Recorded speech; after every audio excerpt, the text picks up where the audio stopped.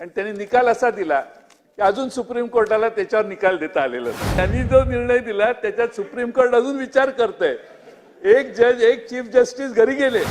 मागच्या 2.5 वर्षामध्ये अनेक गोष्टी आपल्या समोर झाल्या, पण ज्याचा उल्लेख झाला की कोर्ट म्हणून आपल्याला जास्त काळ काम करायला लागलं आणि आम्ही सगळे आपल्या समोर येऊन आमची बाजू मांडायला लागलो।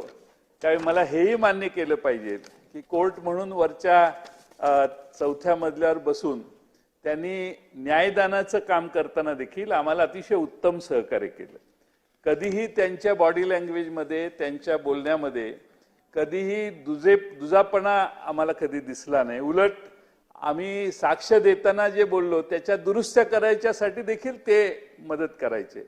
त्यामुळे फार संयमी असं काम त्यांनी केलं आणि त्यांनी निकाल असा दिला की अजून सुप्रीम कोर्टाला त्याच्यावर निकाल देता आलेला नाही।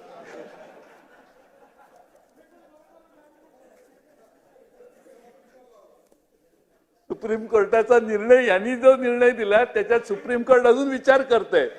एक जज एक चीफ जस्टिस घरी गेले सुप्रीम कोर्टाचे, त्यांनी त्याला हात लावला नाही, त्याच्यावर भाष्य केलं नाही। पण एक मी तुम्हाला आभार मानले पाहिजे, काय का असे ना त्यावेळी कोणाची बाजू चांगली कोणाची बाजू, तुम्ही कोणाला डिस्क्वालिफाय केलं नाही। हा सगळ्यात विशेष महत्वाचं म्हणजे ते डिस्क्वालिफिकेशन होणं आणि परत त्यांनी आपल्या स्वतःची इंडिव्हिज्युअल लढाई करत बसणे।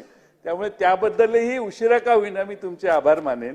आता सुप्रीम कोर्ट निकालच देत नाहीये, त्यामुळे आपले आभार मानणं आणि आपलाच निर्णय मान्य करून नवा डाव आता सुरू झालेला आहे। यामध्ये काम करायला सुरुवात करणं ही आमच्या समोरचा पर्याय आहे। पण